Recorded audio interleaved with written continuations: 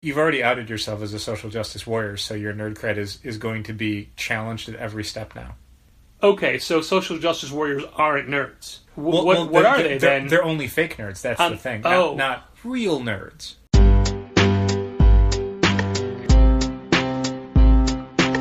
Come on and visit for any occasion. Don't keep patting down waiting, comics and conversation. Keep the conversation moving along. Keep reading comics, keep your local store strong. If it's hard, then it's a job for the challengers. Comics and conversation, y'all. From Challengers Comics and Conversation in Chicago, this is Contest of Challengers. And now, here are Patrick Brower and W. Dal Bush. Dal, I officially call this episode of Contest of Challengers to order as a public meeting. I don't understand how that's even possible. Well, I'm just trying to fit in with the neighborhood, because on my walk to the recording studio tonight from Challengers, I passed so many buildings that have signs up about public hearings. Oh, okay. Whether it be an apartment building that wants to be torn down and rebuilt with a one-story higher apartment building that would have 25 units and on-site parking for 7 spaces. Whoa, 7 whole spaces? Yeah. That's a great idea. That is on Western before you get to even 1700. Okay. You know the giant Pipeworks building that's being built? Yes. Before that. They're going to have 7 spaces? Yeah. So, okay. On-site. 25 units, okay. 7 parking spaces. I'm trying to think of that intersection. I guess I can't really envision it. I think it's St. Paul. Okay. It's already an apartment building now. Sure, okay. And it's, as far as I know, people are living in it. Sure. But there's a public hearing to make it a taller apartment building. Can't they just build another floor on top? And not then displace everybody? A few steps down, in a business spot. A commercial spot. In a commercial spot, thank you. Thank you. Dal got that with me doing hand gestures. I know this spot you're referring to. A public hearing is happening to open a hair salon for men. Which I don't understand why they need a public hearing for that. Right? Unless it's an especially loud or drunk hair salon for men. And do you remember what it was called? I don't. Men Zen. No, thank you. Across the street, where the mobile gas station is, there is a public hearing for that little complex to build a giant apartment structure. Where the mobile is? Yeah. Yeesh. Yeah, the public hearing notices for that were on the 606. Bad news for that noodle place. Yeah, right? Sticky rice that became sweet rice. It's decent. Okay. I've been in it, but I've only ever gotten carry out. And that would put apartments looming over the 606 as there are already anyway. So many. I mean, that was the whole idea behind renovating and turning the Bloomingdale Trail into the 606 was, hey, all of the stuff that's right next to that becomes a lot more valuable because it's not next to an abandoned train line that is full of hobos and drug addicts and drug-addicted hobos and some people who like to jog. Some. If you can get up there. So now that it's been quote-unquote beautified, they are able to charge significantly more money. It's the same way that the overpass on Western between Fullerton and Roscoe. They tore that down and just made it like a 4 or 6 lane road so that all the buildings that were opposite that overpass are now significantly more valuable. I mean, in theory. There's been a bunch of construction going on. And then there was the public hearing that was scheduled for the Jensen Plating Works opposite Challengers, which, to be fair, I never followed up on, and I should have actually, since it was public hearing, gone to that to see what happens. Because a public hearing doesn't mean construction is imminent. It means, hey, we're going to talk to people. What do you think about us doing this? And if the community says no, you can't do it. Yeah, it's basically all those really funny scenes from Parks and Rec where the community gets together and is incoherent. So a lot of Star Wars Marvel Universe filibusters. If you'd like. No, I think I'm good. Okay. Speaking of Patton Oswalt, he was in the entertainment news for having a specific Joker theory. He did. It was interesting. It was an interesting take on the Christopher Nolan Joker character. The 2008 Dark Knight. Yeah. Basically, that the Joker was special forces. Well, he was in military intelligence. Yeah. Specifically, Interrogation. there's a bunch of dialogue and stuff related to how to best interrogate someone and how to get somebody to do what you want that's seen throughout the movie, as well as his proficiency with military weaponry and his handling of ordnance and his enacting of plans. Yeah, the tactics he uses are very like insurgent kind of tactics. So he was a PTSD suffering. Sure. Which, I mean, you can read it that way, but there's nothing directly in the text of that film that confirms or denies that. It's just a fan theory. The whole point is that you don't know who that character is. So if that's your theory, sure, okay. But how did he get the scars? Who cares? Don't worry, there'll be a terrible DC Universe movie explaining that at some point. Oh, boy, I can wait. Yep. I can sure wait. It only took 40-something years for someone at Disney to decide that we did need to hear the story of the Kessel Run, even though it was a line of dialogue in Han Solo's first appearance. But don't worry, it's going to be in a movie now. You'll know exactly what he's talking about every time you watch A New Hope now. Oh, is that what Solo is about? That's like the one of the main heisty things is the Kessel Run. Oh. Because, again, if you're going to do a prequel to Han Solo's appearances in A New Hope, the only things that you can do are, like, how does he meet Lando? How does he meet Chewie? What's the Kessel Run? Because that's the only stuff that he mentions, or that's the only stuff that throughout that trilogy is mysterious in any way that you could put in a movie and have people go, I know what that is, instead of having it just be created out of whole cloth to fill up a film. But as always, spelling all that stuff out just makes the movies a little bit more boring now. Why do they call him Spider-Man? He's not a man. We'll never know. And that's what's great about him. That's why he's so popular. I just wish that it's like for Batman. Like, he's one of the most appealing cinematic characters because you never see how he became Batman. He's just Batman. So it's like, again, like the Joker. Like, you'll never really know. Huh. It would be stupid to dramatize it. Do you think we'll know how the West Coast Avengers become the West Coast Avengers? Yeah, I assume that Kelly Thompson and Stefano Caselli will tell us later this summer when they launch West Coast Avengers, a Marvel comic book series featuring Hawkeye. And? Hawkeye. And? Hawkeye's boyfriend. And some others. Gwenpool. America. Quentin Quire. And a Scooter. And probably Lucky. I assume Lucky will be in it. Well, I assume so too. Boy, that book looks super fun already. It really does, and I say this occasionally about books that are destined to have low readership. I feel like I've somehow subconsciously willed this book into existence. I've been a huge fan of Kelly Thompson's Marvel work, specifically Hawkeye, but a lot of other things kind of around the edges.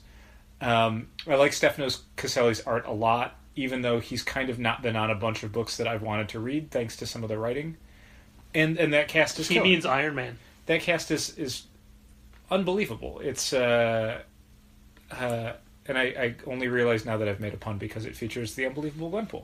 It's got Gwenpool, which was a book I adored. That is unbelievable. It's got Hawkeye, who that last run of 16-18 issues was so good. Like that the Katie Bishop stories from Matt Fraction were some of my least favorite issues of that run.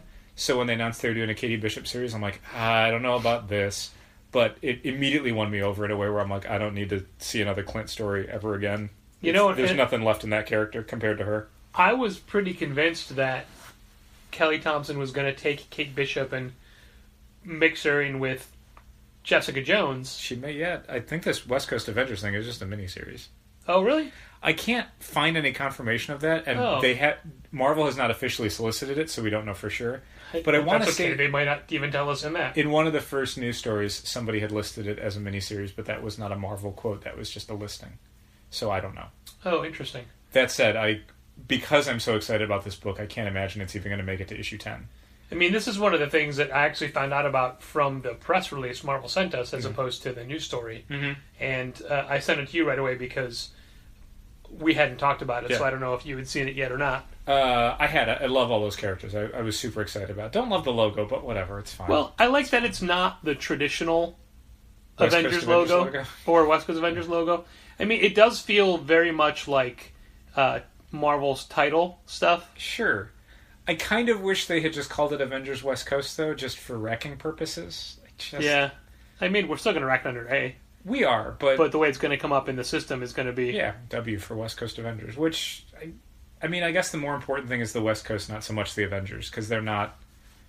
You don't look at that and go, that's an Avengers team, despite having America and Hawkeye on it. Like, the fact that it's got Hawkeye's boyfriend and Gwenpool and Quentin Quire, like, that's... Well, it's got an Avenger and 2 Young Avengers.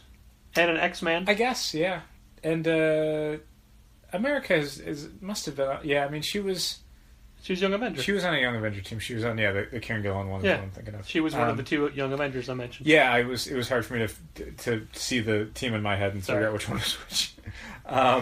She's the one who's holding them all. Yes. She is the wild card, according to Kelly Thompson, which is weird, considering you have Gwenpool on the team. Yeah. Who seems to more naturally fit into the wild card mold. But yeah, super excited. It's my understanding they're using Gwenpool Gwenpool because they couldn't get slapstick? That is untrue. Can't be true. Why? So Gwenpool's got to be everybody's first choice. Completely unrelated, and before I forget it, I just want to mention it now. Diamond Tech Support had called back today looking for you, and because we had made a joke about what it was about during the day, I actually forgot what it was about until this very second, so I just said, hey, you need Dallin, I don't know what this is about, so he's going to call you back on Monday. Mm-hmm. But now, just the second I remembered, Retail Management Hero. Yep, RMH. I mean, just as well. He shouldn't have talked to me about it anyway. All it's doing is just saying we want to start this process. Do we? We do. I think we need to. I just don't know if I'm ready.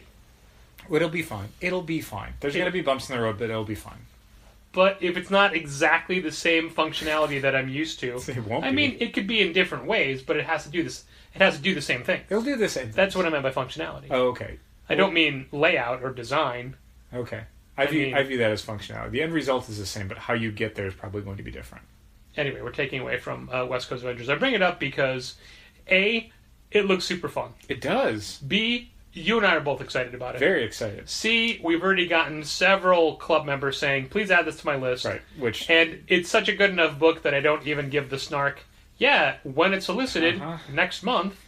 It doesn't exist in the system yet. I mean, potentially it'll be in the next previews. Yeah, since the street date on that. I mean, it goes live in Diamond System on Wednesday, the 23rd. Yeah, and goes the print catalog goes on sale on the 30th. So like, it will be orderable very soon. It's not like when people were asking for FF 2 months before it came out, or 2 months before it was solicited, I should say. Right. 4 months before it came out. So it looks like we'll have FF and Great Lakes Avengers. I know it's West Coast. West Coast. But anyway, I wanted to mention it because it is... I was going to say, what is it in the realm of a Marvel book? But it is... I want to lead you to say it, but it's too dumb for me to try to go down this path. Mm-hmm. Dal, it's a social justice warrior comic. Okay. So it's already taking a lot of flack online. I viewed it more as a canceled comics cavalcade. I'm just saying... These characters have had a rough go of it. There are people who are already denouncing it because of... It's got more than one lady in it. I imagine there's a bunch of people super upset about that. That doesn't surprise me. We don't dwell on this kind of stuff, but holy shit, if you don't like a comic book, don't order it. Yeah. How does its existence affect your life? How does it make your life less? I guess that's part of it. Part of it is the idea of your culture is not the monoculture anymore. So what? But you're right, and it's a stupid complaint, but that's where that complaint is grounded in. All of their horribleness is grounded in the idea of all of this stuff used to be for me, now only some of it is for me, and that's scary, and it makes me angry. It's childish. It's how a baby would behave, but that's where it comes from. Let me ask you this. If you find out that the Kessel Run is stupid... It's half stupid to begin with. Not to get off on a tangent, but... No, this plays into what we're talking about. Go ahead. Specifically, so the idea is, when the Kessel Run is mentioned, the Millennium Falcon is the ship that made the Kessel Run in less than 12 parsecs. Yeah. The problem with that is that, unlike, I guess, what George Lucas thought, a parsec isn't a measurement of time, it's a measurement of distance. So making a run in less than a certain amount of distance makes no sense. So there's been so much ridiculousness in Star Wars fan theories and official novelizations that have tried to kind of square that circle to figure out, like, how could you and it has to do with like wormholes and black holes and unstable space. So yeah, inevitably it's going to be. Have you seen any of the Solo trailers? Well, let's say yes. There's a bit where they're flying through like a kind of cloudy space, and they're knocking TIE fighters into. That's the Kessel Run. It's that part. I mean, I guess it's one thing if you say, "Hey, I ran a marathon in 10 miles." Which, how do you do that? Yeah. So to go back to what you were saying, the Kessel Run's already half stupid to begin with. It's not a smart thing. It's a piece of fluff in a film to give it a little bit of character, a little bit of color. It was never supposed to be defined. Okay, but when it's defined, if it's ridiculous, sure, will that affect your enjoyment of the original Star Wars A New Hope? No, that movie's got a ton of problems to begin with. I mean, just calling it A New Hope is almost... that's not what it was when we saw it. I went back and watched Episode 4 somewhat recently and was shocked at how flabby that movie is and how kind of not great. I mean, the world building is iconic. Like, the little things, the little details like the Kessel Run stick in the brain of a child, and it gives you so much imaginative power. But as a piece of filmmaking, the smartest thing the sequel did was get different people to write and direct it so they actually could make a better movie. Sure. I'm not remembering the first half of this. What is the unwinnable conundrum in Star Trek? Kobiashi Maru. Okay, I knew the Maru part, that's all. Which is also, I believe, a cat. A cat that likes boxes or something. So, seeing that in the J.J. Abrams movies, seeing how... No, because you actually saw it in one of the original movies as well. Okay. The one with Kirstie Alley? I didn't see that one. The beginning of that one was I only ever them saw showing the Kobiashi Next Maru. Generation movies. But did the Kobiashi Maru? Kobiashi Maru. Did that exist in the TV show? I don't remember. I never saw much of the original series, so I don't know if they ever brought it up. So it might have just been created for the movie, the original movie series, and then when they're doing it by that point, it had definitely been established as a test that Starfleet Academy cadets have to take to teach them about unwinnable scenarios. And I want to say it had been established in that movie, maybe, that James T. Kirk was the only one to ever beat the Kobayashi Maru, and I don't think they established how he did it. It's the J.J. Abrams one that established he cheated. Yeah, okay. It's my understanding he beat the Kobayashi Maru in 12 parsecs. He did, in less than 12 parsecs. Did you know that the unit of time measurement for the planet Skaro is rels, and 1 rel equals 1 second? Oh, okay. So when Daleks are counting down to the reality bomb, it's in 10 rels, and they just go 10, 9, 8, all the way down. That's pretty lucky for, human viewers. Yeah. That we use the same measurement of time, that a second lasts a second, instead of a second lasting longer than that or shorter than that or whatever. All right, so we did Star Wars, Star Trek, Doctor Who. We did. Before this, Dow was giving me some Bob's Burgers trivia, which I did not ask for. No. What else we got to cover? I mean, just organically during the course of this podcast to really hype up the Nerd Cred, because, just because... I mean, you've already outed yourself as a social justice warrior, so your Nerd Cred is going to be challenged at every step now. Okay, so social justice warriors aren't nerds. What are they then? They're only fake nerds, that's the thing. Not real nerds. Okay, you and I are fake nerds. On a social hierarchy, where would they fall? Like, what's above and below them? And it's a pretty open-ended question, so you get to, plug in whatever. I don't understand what's better, up or below. I'm trying to figure out the scale. Well, that's part of it, isn't it? Yeah. That's your Kobayashi Maru. Yeah, golly. Oh, man. Just a big mass of people, that's all. I guess. Anyway, to just really...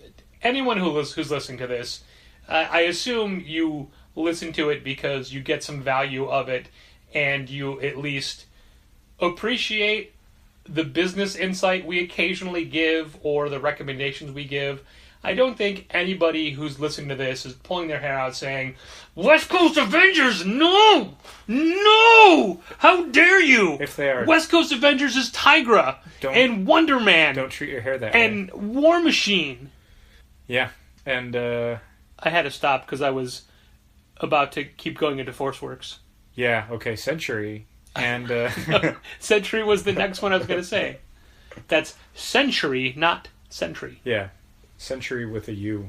Oh, comic books. Yeah, so for anyone who's like, West Coast Avengers used to be these characters, yeah, and it got canceled. So let's try it a different way and see how that goes. How many different Avengers have there been? You know what I want? And I want someone else to do this. I don't want it to be me. I want someone else to do this, and I would buy it as a thing. I want there to be images, like posters, that have one character in all their iterations. For example, dynamically posed, or just like the old, like, the Marvel handbook, where they were, like, a model sheets almost, where it was, like, someone standing there, and then to the side, and then the back. I mean, it could be the same pose, just, like, something a little more dynamic, but each different iteration of costumes. For example, on my desktop, I have one of all the different Batman outfits. Mm-hmm.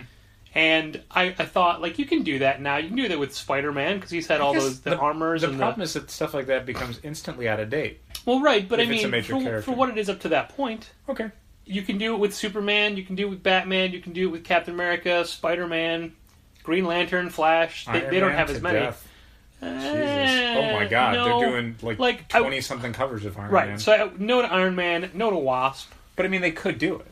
Yeah, but especially what they're doing with Iron Man now is that he's going to have an ever-evolving armor. And if you look at the armor They said they were going to do that with the transforming armor that David Marquez came up with, and almost immediately they were like, no, we're not doing that. They'd stop transforming.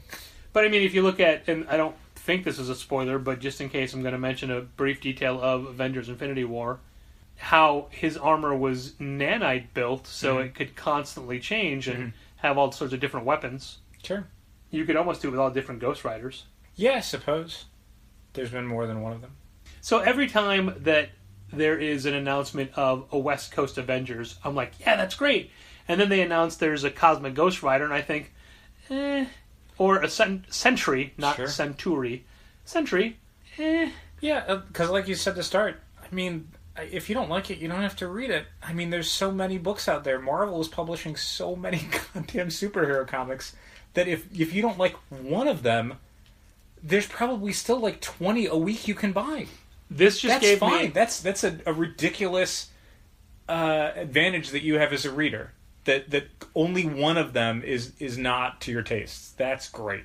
This gave me a great segue, but I'm going to hold off on a second because I was looking at the shelves today, and Donny Cates, who's having a great run of Doctor Strange. Yes. And people loved his Thanos. One more issue, almost over. Thanos, all done. People loved it, though. Mm-hmm. Well, he's doing Venom, and we have a huge stack of Venom on the shelf. We got a lot more Venom #1s than we do normally for Venom. Did we make an incentive? It was a deep discount offer. Okay. Because Donny Cates was writing it, and because it was a Venom #1, I thought that it was a decent investment, because Venom is a character that always feels like it's got more fans than it's got readers. So I thought, with a hot writer on it, a new #1, some people like Ryan Stegman's art, it would be worth having that first issue. And I think of Venom #1, I don't think that's necessarily something that we're going to sell out of in a month, but I think we'll sell out of it. Okay. I just looked at that and you liked the first issue, you said. I said it was okay, yeah. Okay. I looked at it as I don't have any faith in Cosmic Ghost Rider. I probably would not order nearly the number for Cosmic Ghost Rider that we did for Venom. Sure. But, I mean, sure. Something like that. So going back to what you'd said about it doesn't have to be for you, that's a perfect segue into Thundercats Roar. Thundercats Roar, it's a new animated series coming out in 2019 from Cartoon Network that looks drastically different from every version of Thundercats that's ever been animated for TV. It looks like Thundercats meets Adventure Time, as if designed by Steven Universe. It looks I don't know the animator. There's a 3-minute clip of Cartoon Network kind of promoting it, announcing it, where they show a little bit of the animation, they show the opening sequence, and they talk a lot to the showrunner for it, whose name I did not recognize. But the animation style, to me, looks a lot like OK K.O., which is a different Cartoon Network show that is very... it's animated very roughly, I guess I would say. Is that the commercial about the kid in the convenience store who wanted to get superpowers? I think so, yeah. Okay. I saw that. I never watched that show, but when I would see the commercial frequently during, like, Steven Universe bumpers, that's what I thought of when I saw Thundercats Roar. So it might be the same guy, it might not be.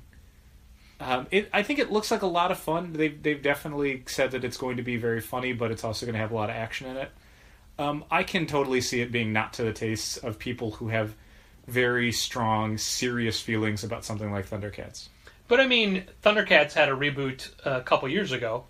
And they did, yeah. Nickelodeon, I think, might have had it then. I can't remember. Which was more of a manga-style influence, I want to say. Yeah, a little bit more anime, for sure. So I could see where that would be not to somebody's liking, because it was different enough. I can see nearly anything that's a new version of something from the 80s being not to somebody's tastes. Those folks that don't even view that through, anything less than rose-colored glasses are going to find something to dislike about any new version, because they're not viewing it on the relative artistic merits of two different programs produced 40 years apart. They're viewing it on the scale of, does this make me feel like I'm 7 years old again? And it's not going to. Holy shit, is it not? Well, but first of all, it's not. If it can work for 7-year-olds in 2019, then it's a winner. Disagree. Thundercats, I was a senior in high school when Thundercats came out, so that's the target age. Okay. Seniors in high school. That's who that show was made for. Okay, cool. That's weird. Just trying to get that. I thought it was for 8 and 9-year-olds, but nope. Apparently See, not. there you go. Nope. I look at it and I'll give it a try. Sure. But I can see myself not liking it, which is fine.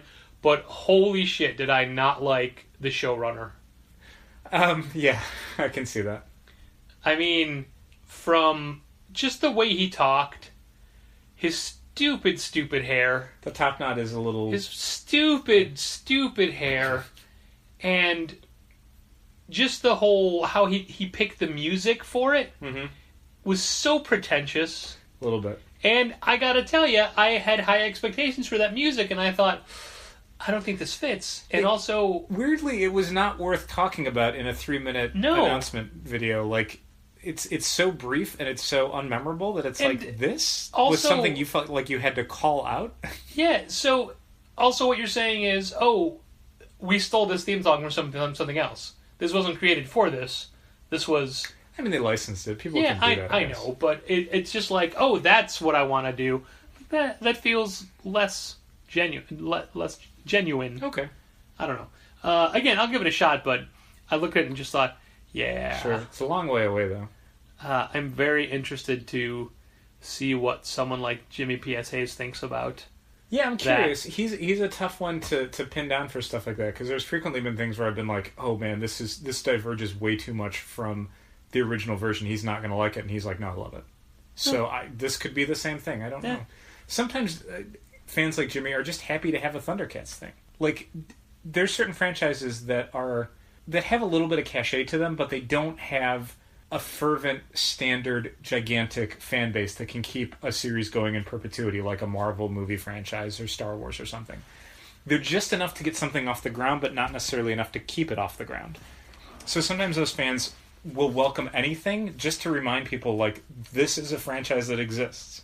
It may not be the Thundercats I want, but at least Thundercats can keep going. And maybe... it's like a merry-go-round. This time it didn't work for me. The next time they might do a more serious one that I'm more into, that speaks to a different audience, that isn't too young or, they're older maybe. So yeah, there are going to be some fans that are just happy to see anything. But yeah, unfortunately there's going to be a lot of fans who are like, not my Thundercats. Well, I don't know if I even realized this at the point that I was watching the original, because as I said, I was a senior in high school, and then...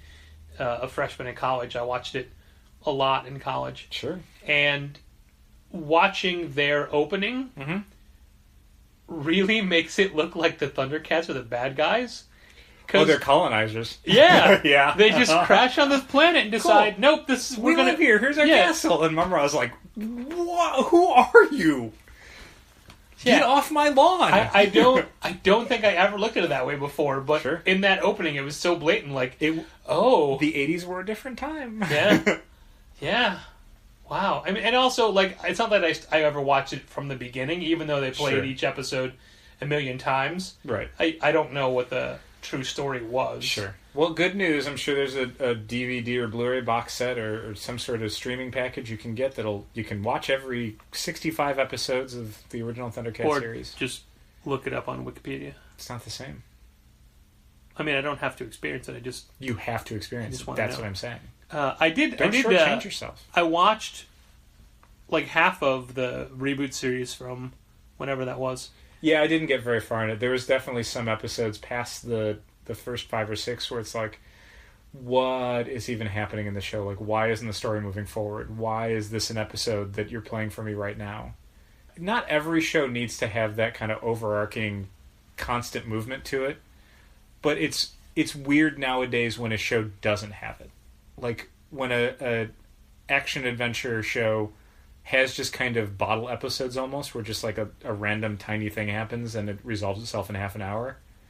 I don't know, it just feels trivial in a way where like better shows have that kind of narrative momentum to them. Like The Flash. I was going to say like Voltron, but okay, sure, like The Flash. Well, I was just using The Flash because it does have narrative momentum, but it's bad. Does it? I mean, there's an overarching story. Yes, to its detriment. Do you think we could get away with just having a Baddie of the Week series for Flash without having to tell a larger story? What I want here, if I was named executive producer for all 5 of the CW shows, actually 4. Black Lightning doesn't need my help. That show's doing fine. But Arrow. So you're not counting iZombie either? No. These are the Arrowverse? DC Universe Arrowverse shows.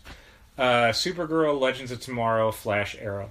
Assuming each show is going to have a 23-episode season, which is what Flash and Arrow had, but I think Supergirl has 20, and I think Legends had 18 this year. But since they're all starting at the same time and running, I think continuously, they might all have the same length of their season. What I would do is, instead of doing a 23-episode arc with a villain, is... because that's insane. That's like doing a 23-issue comic story. Like, you're gonna run out of juice on that. It's gonna be hard to sustain a storyline and a villain that long. Plus, everyone's gotten used to the formula for a season now. You're gonna spend an episode or 2 not knowing who the villain is, and they're gonna tell you, and then there's gonna be a third of the season where that villain's operating in the background without the hero knowing. And there's gonna be a middle section where the hero has to, undergo the defeat of the villain. Like, they have to be humbled by the villain. And then the kind of final batch of episodes where they fix their problems and rally and find a way to defeat the villain. Like, and it's not just the DC shows that do this. The Marvel Netflix series all did it as well. And that formula got really boring and predictable. So what I would do is, instead of looking at it as a 23-episode story where you have to have one main villain and then little subplots each episode while you're dealing with the main villain or whatever, I would break it down into 4 chunks. So basically you'd have 3 5-episode chunks where you have... no, how would I do it? I had this in my head. 4 episode chunks. So each month, basically, you have a story. Okay. So, like, for Flash, you do a month where it's the top or whatever. And so the A story for episode 1 is the top, and Team Flash fighting the top. And the B story for the first episode is a Cisco story. And that runs as the B story for all 4 episodes of that month. And the C story for the first episode is a Harry story, and the C episode for the second one is a Detective West story, and so on. And then in month 2, they fight a Golden Glider. So A story is them fighting Golden Glider. B story for month 2 is a Detective West B story. And then a C story is a Cisco story, and then a Caitlin story, and a Harry story, or whatever. So you're constantly moving these things around, and instead of every episode having just enough of a story to kind of get you interested, but not enough to actually have any nuance to it, where we have to, this subplot is a Cisco subplot, so he's going to have 4 scenes, and he's going to have to go through his entire relationship with Gypsy in 4 3-minute scenes, So by the end, it's like, how this needed so much more space to tell its story. You could do that. You could have essentially over a month for a B story. You could have an episode's worth of story there to tell a complex, interesting B story that grows a character, that does something with them, and do stuff with other characters and keep moving it around. And then at the final episode of the season, you do a bigger story. You do a 6-episode thing where you've got a bigger villain. All the villains from the first several stories come back. I don't know. Team up, you right? could even do like a rogue story where a bunch of them show up for a bigger story. But just the idea of in a month you burn through this story. You get a beginning, a middle, and an end. You get the inciting action, the rising action, and you get the climax and the denouement. You get all that stuff in a month. And you don't have to worry about like padding it out because it's only 4 hours. The best story the Arrowverse has done, to my mind, was the Crisis on Earth X. Their big crossover event from the fall of 2017. 4 episodes. Yeah. That's it. And you got a whole story that felt epic. Now, a lot of that was because they had all these characters, but just the beats of the story lended itself to 4 parts. You designed for that, and you can get in, get out, do all the stuff you need to do, and then move on to the next story. That, I would, if they could do that in the next season, I would love that. I just don't have any confidence that they have any interest in doing that. Which is a shame, I feel. Why do you think at this point in time, in May, right when their series are ending... Mm-hmm. Yeah, Arrow's done. Legends was done a few months ago. Black Lightning was done a few months ago. Flash... has one more. One more, and Supergirl, I think, is 2 more. Well, no one watches that one. I just did today, and it got to the point where I'm like, I gotta pause this to go to the bathroom. I'm almost done with the episode, but I'll pause it here. Halfway done. Oh, God. And never went back? Well, no, I finished it. Only halfway done. Yikes. Was Bouncing Boy in it? No. Was Shadowlass in it? There are 0 more Legion members Phantom Girl showing up in the season. Was Quizlet in it? The only 3 we got were... Was Tellus in it? Were Brainy and Saturn Girl with different powers. And Mon-El Valor. They never called him that, though. They might as well. No one's using that name on CW anymore. It's not progress. But why do they tell us now what the big 4-part crossover is for the next season? And especially since they push it back by a week, now it's in December. Because it was at the upfronts. Oh, okay. That was Stephen Amell going, hey, we got a big thing coming, and it's this character. I did hear that everyone expected him to be saying, this is the last season of Arrow. He doesn't feel like cashing out yet, I guess. Nope. I felt like cashing out of Arrow, though, and I did. So I've started to catch back up, but because of the way we view things, there's some episodes that are gone that I don't have access to. Okay. So I'm just making my way through. Sure. But then today I read what happened in the final episode. And I thought, You'll have to explain it to me, because I read a review, but it didn't have a lot of details. Okay. So you'll have to tell me later what exactly happened, because I kind of didn't understand it, or if I did, I didn't care. It seems like a very anticlimactic ending. It seemed like something where I'm like, oh, that's not interesting to me at all. No. But I don't know. I feel like you'll try it again next season. Yeah, especially because of the way they set it up. Like, one of the things that stopped me watching Arrow was it being on its own night. Yeah.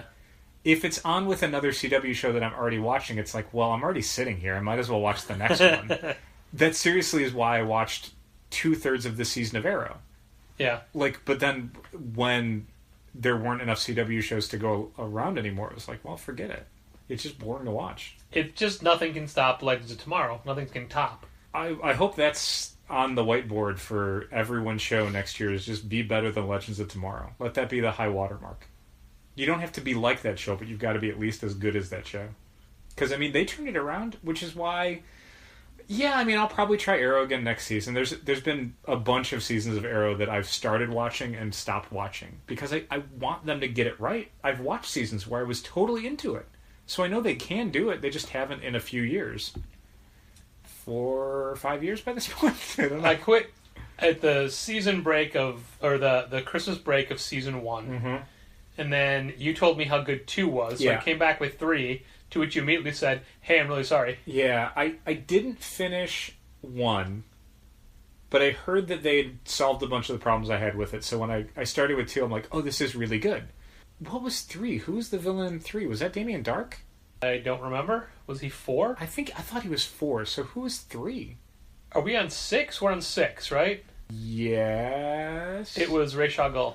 Yeah, Ra's al Ghul. And I liked a bunch of the Ra's al Ghul stuff. I liked the Nissa stuff. In retrospect, I don't consider 3 that bad. 4 is where I checked out again because that was Damien Dark. And I'm like, I love him in this. Neil McDonough is great. He's a huge... What is his... Neil McDonough. Neil McDonough, okay. He's great, and he was fantastic on Legends of Tomorrow, but that season was really trying for me, and so I did not make it all the way through, and I think you did. Yeah. And then I came back the next year, and I think I stuck it out. For the... Oh, yeah, because that was the end of the flashback stuff. That was the last Prometheus. year. Yeah, that was the last year of the island flashback. So I'm like, well, let's see how this ends. And it was not worth it. Well, you'll be happy to know in an episode I just watched of Arrow, Prometheus is back. Cool. Adrian Chase is back. I actually heard about this episode. And Arrow, I couldn't decide what to call him, decides he needs to go back to basics. Mm-hmm. So he fires everybody. Well, yes, but costume-wise, he goes back to the hood. Ugh. With the smear of makeup across the eyes. Does he also do the salmon ladder again? I mean, you got to put yourself back in that headspace. Sure, it's every day. You need the salmon ladder. Does he go to the burned out husk of the nightclub that his sister opened? Yeah, I never got to see her exit because of the way it records. Oh. I mean, I don't know that you care enough to go back and find those episodes, but they definitely exist. All right, I feel like we've gone too far talking about Arrow. We definitely have. Yeah. Yeah. So, have there been any other comics industry things that have happened since the last time we decided to send our voices out to the masses? I had a few things that I pulled from the internet. Some of them we actually talked about.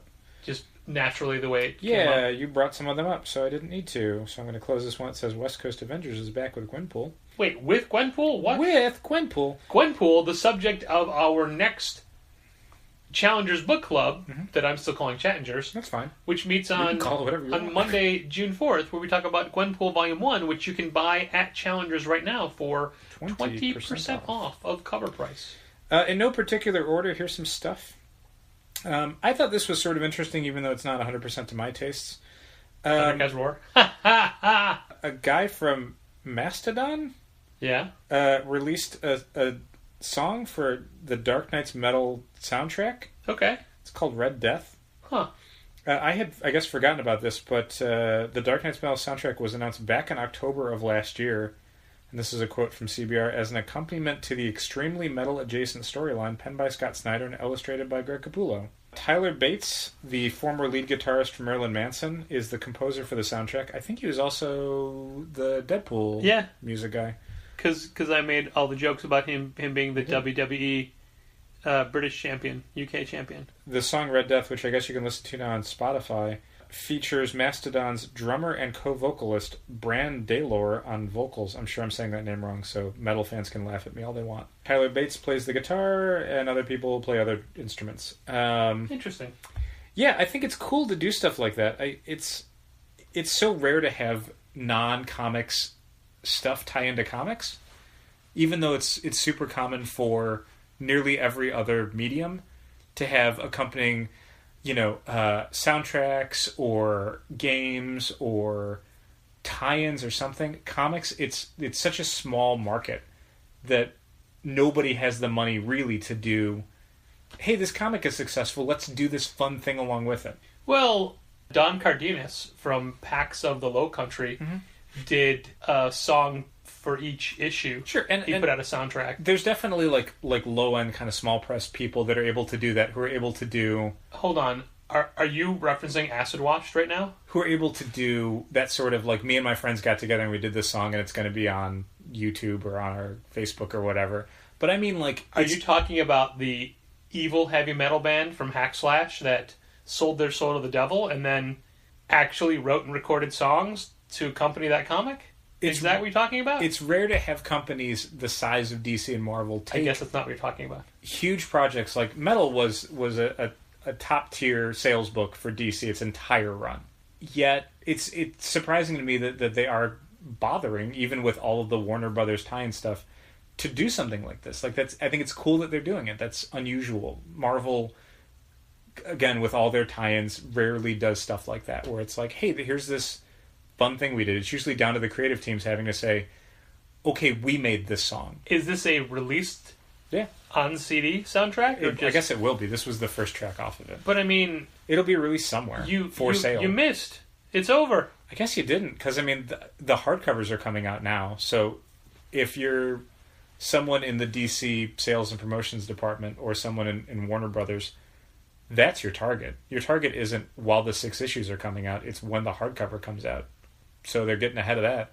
I guess since we're so late in this episode, the only thing I really want to bring up is, if you don't mind, it's a thing about the comics business, specifically. Oh, I'm sorry. I was waiting to hear more about specifically about retail. That I can't remember. I was waiting to hear more about Mock Kick. Mock Kick from Beast Wars Neo. Sorry, Patrick. Did you hear? So Mark Millar has a new comic coming out from Image. The orders close on it, I think, this weekend. You mean the magic orders close on it?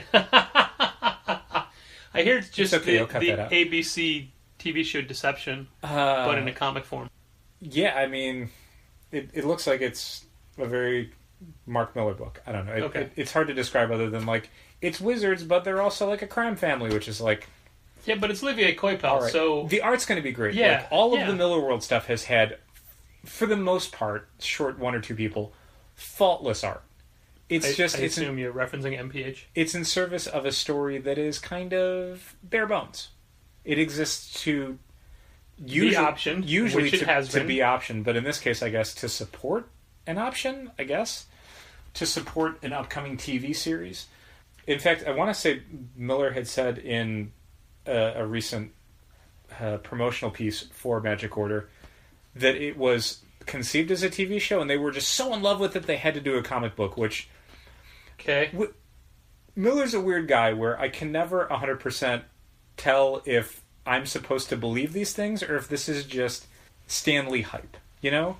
I always take it as Stan Lee hype where it's like, that's cute, no one's supposed to believe this, right? But maybe...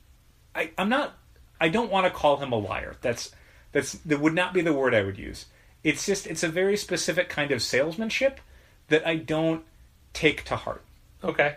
But anyway, Magic Order number 1 is coming out, and the orders are closing. And because the orders are closing, Mark Millar, through Image, sent out a message to retailers letting us know, and this is the quote here, FOC for number 1 is this coming Monday, and we hope you're suitably prepared. We want to get back to that crazy, exciting time where first printing really meant something too, and create a real collectability here with, all capital letters, no second printings.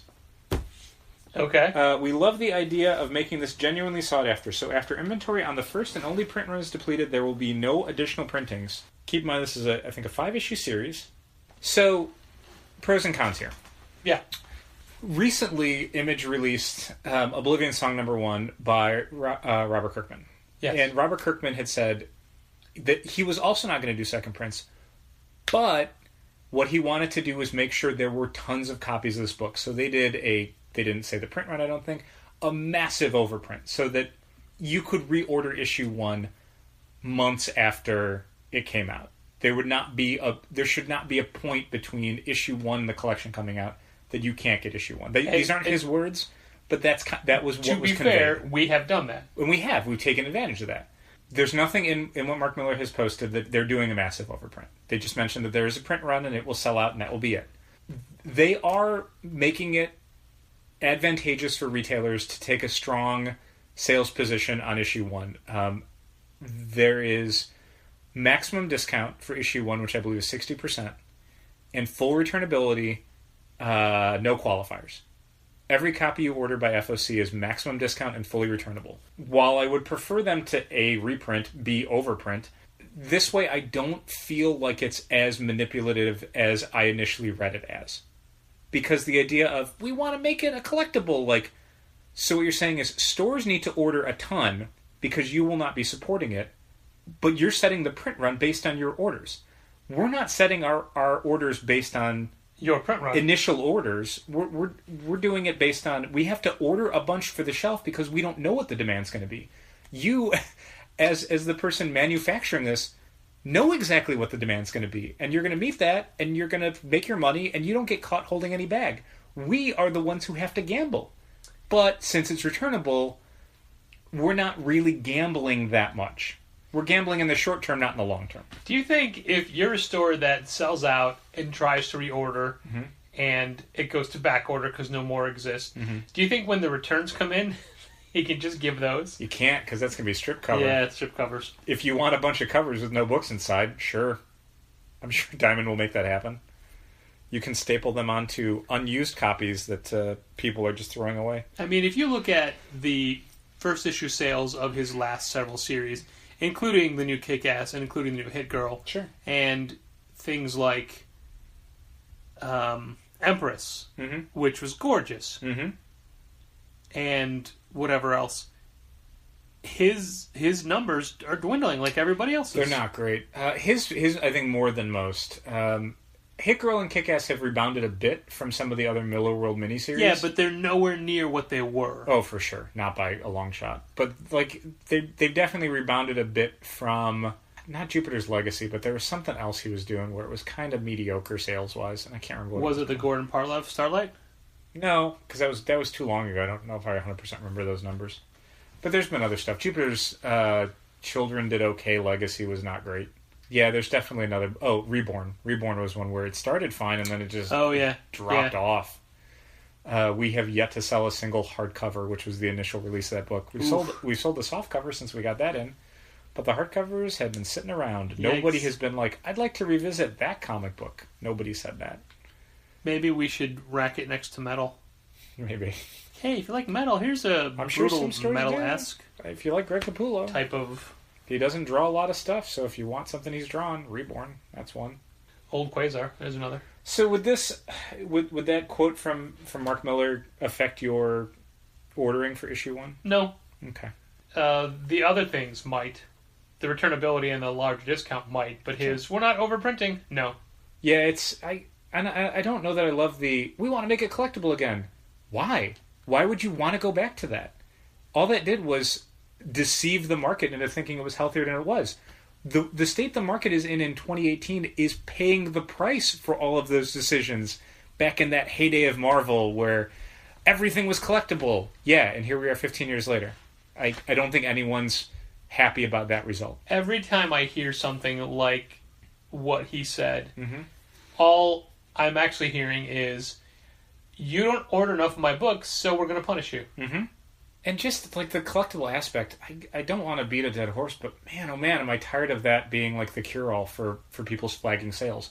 We just need to make it collectible. Like, you don't. You really don't. That's beyond short-sighted now. It's just stupid. It's just a stupid idea. Maybe you need to be just a little bit better of a writer. Maybe. I mean, you're not infallible. Yeah, just make your TV shows. Like, the whole idea of your comics... Every Millar World title was like a booster rocket designed to get you to outer space or Netflix. So you can stop making booster rockets. You're in space. Don't bother. Yeah. Yeah, I don't know. DC had a survey about ordering for Justice League 1, and I filled out most of it until it got to the very end. I'm like, I don't know what we did for their incentives or their hoop jumping. Or any of those things. So I didn't fill it out. Oh, okay. But at least it's an example of a company saying, hey, we're going to go and do these things, and retailers saying, no. Yeah. And we talked about it before. I hate it, but it's going to work. Yeah. It worked on us. I ordered a few more copies because I'm like... Yeah, so we could get to a level. Yeah. But it's still... I kind of resent having to do it, and I guess I don't have to. Like... We could just as easily say, no, we're not going to carry that Jim Lee whatever cover. But there's part of me that's like, no, the way the market is right now, people will buy it. We've heard enough demands for DC variant covers that I don't feel like it's wasted money. I don't know. I'm as guilty as DC in this, because I could just as easily put the brakes on our end of it and say, no, we're not participating in that. And we used to do that. And now it's like, I got tired of being poor, just like DC got tired of getting beat by Marvel every month, doing it the way that retailers said they wanted. And yet, the sales weren't there. So you know what? Books are $3.99. Yeah. We're also doing incentive variant covers. So there you go. You vote with your dollar. We all voted with our dollars over the last however many years. this is the result. One of my people on the inside, it sounds so much more glamorous than it is, seems to think that DC's line-wide $3.99 means Marvel is going to immediately go to $4.99. Oh, Jesus, maybe. Someone's going to at some point. It's inevitable, but man, I do not want to be the first company to pull that trigger. Man, that especially in a weak market, that's a hard sell. I think the way Marvel's doing is probably the smartest way, which is $4.99 first issues, whole bunch of anniversary issues, extra issues, all that stuff. You disguise it. You don't actually make the books $5, but over the year you're probably charging people $5 an issue. Just keep sneak it in there so people get used to it. $10 800 issues, that stuff. Yeah. It adds up. And you then, average it and out then it goes, in $5 an issue. Backwards, where Dynamite is doing a 10-cent Project Hero Killers #1, which we won't even carry. No, there's been a few of their quarter comics and 10-cent comics where it's like, no, not even for a quarter. I don't care. Nope. It is that time. It is that time for me to be working on the orders for July. Yeah. And I am just as discouraged as ever from doing these. I'm sure. There's so much. I'm so worried about what our bill is going to be. There's going to be 20 covers for Fantastic Four #1. Yeah, all the different suits of armor that they wear. Why not 40 covers, you know? Why Come not on, 10 Dan for Slott. each character? Come on. That's way too many. It is. What was I saying about orders? Yeah, I know, but I don't remember what I was saying about it. There's so many things, so many covers, so many pages of the catalog. catalog. No, I'm worried about the bill for the last Wednesday of May 30th. Yeah, May, because there's so much coming out. A lot of things. Don't forget, there's a Doomsday Clock. Oh yeah, Doomsday Clock, Amazing 800, something else, other things probably. Yeah, there's Man of Steel #1. No Justice #4. Yep. Barrier #5. Yay. There's a bunch. So, if you listen and you are local to Chicago, hey, come in and buy some comics. Regularly. That'd be cool. Okay. Right? And if you're not local to Chicago, thanks for listening. And keep reading comics. I paused because I was going to do a whole bit about stuff. You know what? We need to, because this is our last recording before Spectacle. Is it? Okay. And I was in a lot of contact with Rosalarian today about it. Yeah? Firming up ideas. Is she excited? And she's very excited. Cool. She has big plans. And I told her that I had actually found a strongman costume on the internet. Oh, yeah. I saw it was on my eBay search. That should fit me. Uh-huh. But they couldn't guarantee I'd get it in time, so I didn't buy it. And I called the major costume stores in Chicago as well to no luck, or looked on their websites and whatnot. Well, one of the things we decided on today was the special cocktail that'll be available. Yeah? It is a cocktail that I designed. Ooh, nice. Amateur mixologist. At the same time we were both thinking about it, then we started communicating while we were both doing this. So I said, here's what I was thinking. She said, here's what I'm thinking. And I said, all right, let me work on, let me see what I can do with Midori. So I put it together, and then she had an idea for like a beginning evening cocktail and an end evening cocktail. Okay. I just made it one cocktail. Okay. Yeah. And it's an all-night cocktail. Yes. Okay.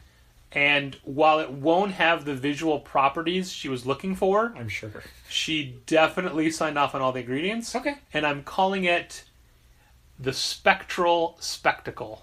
Okay. And this will be available only at our Spectacle release party, which is Friday, May 25th. That's correct. 7 p.m. And here is a new wrinkle to the party, a whole reason why it's worth coming out. The book won't be out yet, but we'll have it. Yeah, early release. It won't be in comic shops probably until the 30th.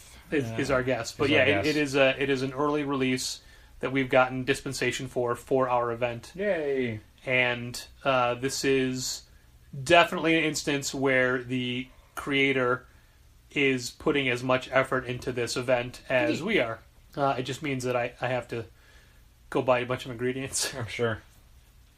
Yes. So the Spectacle release party on the 25th, and then the following weekend, our Adventure Time Hero Initiative charity event is actually a little bit different than I thought it was. It's mainly an art show, and it's promoting the book, the Adventure Time 100 Project, where it is a hardcover or a softcover of all 100 plus pieces of art available. So we'll be selling the book, and that money goes to the Hero Initiative, and we'll be displaying the art. And that night we'll be auctioning off 2 of the pieces of art, but only 2.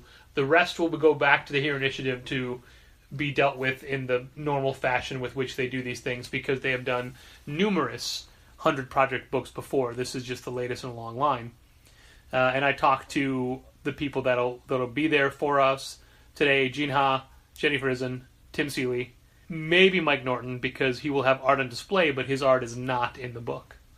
So there may be he may be there as well. Okay.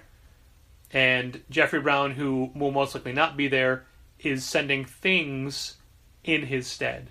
So those are coming up. So I wanted to mention those before we signed off, which we already signed off. But since we already signed off, I think I'll end this with some Acid Washed.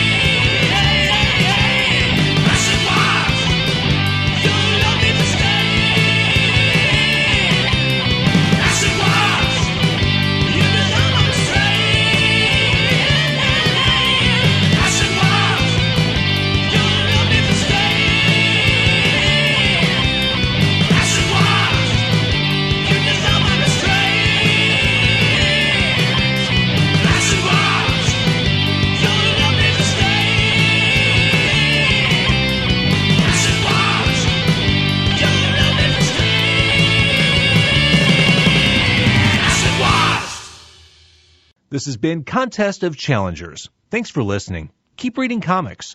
Challengers is located at 1845 Northwestern Avenue in the Bucktown neighborhood of Chicago. 773-278-0155.